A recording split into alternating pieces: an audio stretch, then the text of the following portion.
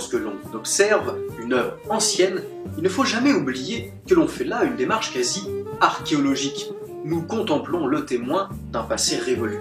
Ainsi, si ce que nous consommons nous fait vivre, les restes de cette consommation témoignent de nous après notre mort.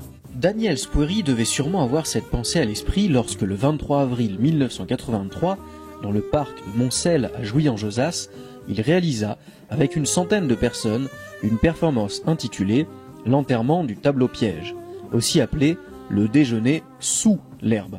Ça ne vous rappelle rien ? Artiste majeur de la scène contemporaine de l'époque, Spoerry est connu pour ses tableaux pièges, des tables exposées comme des tableaux sur lesquels sont collés les vestiges laissés tels quels par les convives. Mais après 20 ans de tableaux pièges, Spoerry veut tourner la page avec cette période de son œuvre.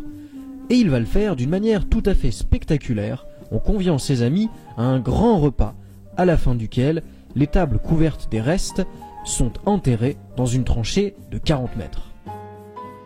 27 ans plus tard, en 2010, l'anthropologue Bernard Muller et l'archéologue Jean-Paul Demoule décident de réaliser des fouilles sur le site et mettent à jour 6 mètres de tranchée, soit 2 tables de l'enterrement du tableau piège. Amusé et sûrement un peu ému, Spoerry viendra assister aux fouilles.